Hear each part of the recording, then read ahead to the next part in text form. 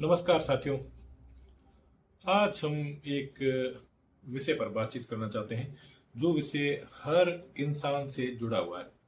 हर व्यक्ति अपने धर्म के लिए कुछ न कुछ करता है। उस धर्म में वो कोशिश करता है कि कहीं न कहीं उस धर्म में उसे पुण्य का लाभ मिले जो उसके आगामी जीवन में काम आए। और कहीं न कहीं अगर जो पुनर्जन्म की विचारधारा है तो उसमें भी ये काम आए कि हमारा अगला जन्म सही जगह हो। साथियों, तो इसमें अभी हाल ही में देखा कि कभी थोड़े दिन पहले निर्जला एकादशी, जैसे स्थानीय भाषा में हमारे यहाँ निर्जला 11 भी कहते हैं। तो उस दिन ऐसा हुआ कि कहते हैं कि उस दिन कुछ हम धर्म करते हैं तो उसका पुण्य अधिक मिलता है। ये कॉन्सेप्ट मुझे कभी समझ नहीं आया कि एक विशेष दिन कुछ करने से एक विशेष लाभ कैसे हो सकता है। क्या उस व्यक्ति की जरूरतें पिछले दिन नहीं थी? जो चीज आप उसको उस दिन दोगे वही चीज एक दिन पहले देते तो भी उस व्यक्ति के लिए वह उतना ही लाभकारी है, एक दिन आगे देते तो भी उतना ही लाभकारी। लेकिन क्या पता घड़ी, पंचांग, चौगड़ी कुछ ऐसे होते होंगे।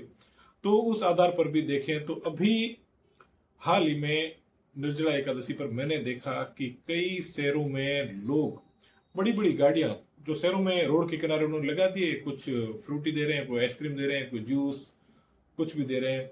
वहाँ उस पर आने वाली वो लग्जरी गाड़ियां जो चलती है उसमें वो भी उनको वो रुकवा रहे हैं, उसमें बैठे लोगों को एक फ्रूटी या जूस कुछ भी दे रहे हैं। कुछ मेरी नजर में यह एक किया गया अनावश्यक कार्य है, न कि ये धर्म है। अगर आप भी सोच सकते हैं, जिस व्यक्ति को जरूरत के बिना हम किसी चीज को देंगे तो वह धर्म कैसे हो सकता है? जिस व्यक्ति को जरूरत नहीं है फ्रूटी पीने की, वह कैपेबल है उन चीजों को लेने के लिए, और उसका मन भी शायद उसमें हो नहीं, उसने आधी पी दी होगी, आधा फेंक दिया होगा किसी को। जब किसी व्यक्ति को किसी चीज की जरूरत नहीं हो उसके बावजूद हम उस चीज उसको दे रहे हैं तो वह धर्म में उसकी गणना कैसे हो सकती है?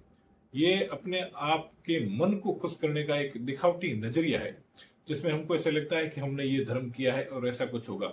उसी जगह पर वहां से जहां ये चीजें हुई है वहां से 500 मीटर, 1 किलोमीटर दायरे में ऐसे कई ऐसे लोग होंगे जिनके पास छत नहीं है, जो ब्रिज के नीचे बैठे हैं। कई ऐसे लोग, जैसे कि अभी मैं जयपुर में था तो जयपुर में 200 फुट जो अजमेर का रोड है वहां उस ब्रिज के नीचे कम से कम 50 लोग रहते हैं जिनके ऊपर छत नहीं है, जिनके पास पंखा नहीं है। वो संसाधन वहां हो भी नहीं सकते, लेकिन ऐसा कुछ कर सकते हैं कि उनको अगर 10 लोग मच्छरदानी भी दे के चले जाते ना तो भी वो लोग जो डेली वहां रात को सोते हैं वो सुकून की नींद ले सकते हैं। फुटपाथ पर हजारों लोग सोते हैं, उनके पास चादर तक नहीं होती, किसी के पास सोने के लिए तकिया तक नहीं होता। मानसरोवर का जो पार्क है जयपुर में, उसकी तरफ मैंने देखा कि जो अपन रिद्धि सीधी से ऊपर की तरफ जाते हैं तो वहां एक पूरी पूरी लाइन पर हजारों लोग उस फुटपाथ पर बैठे हैं। तो वहां तक कोई नहीं पहुंचा उन लोगों के पास जरूरत आवश्यकता की चीजें जो जरूरतमंद लोग हैं उन तक पहुंचा पाए तो तो वह धर्म की गणना में आ सकता है। वरना हम अनावश्यक यूं ही करते जाएंगे जो चीजें जो शायद उनके लिए ना जरूरी है ना हमारे लिए जरूरी है, तो फिर उसको धर्म का नाम हम क्यों दे रहे हैं? उस दिन की जो सार्थकता है कि जो चीज है वो किसी ऐसे व्यक्ति तक पहुंचे जिसको उसका लाभ हो।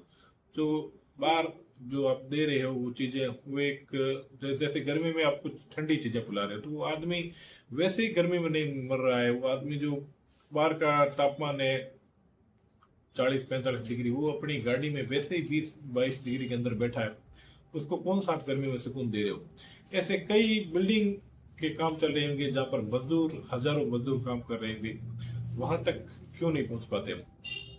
अगर सही मायने में धर्म करना चाहते हैं या कुछ करना चाहते हो तो सोशल सर्विस करने के बजाय आप उसके पास रिसोर्स उपलब्ध कराए कि जो उसके लिए काम आ सके। हालांकि ये बात काफी लंबी थी, लेकिन आपने सबने सुना, उसके लिए धन्यवाद, आपका शुक्रिया।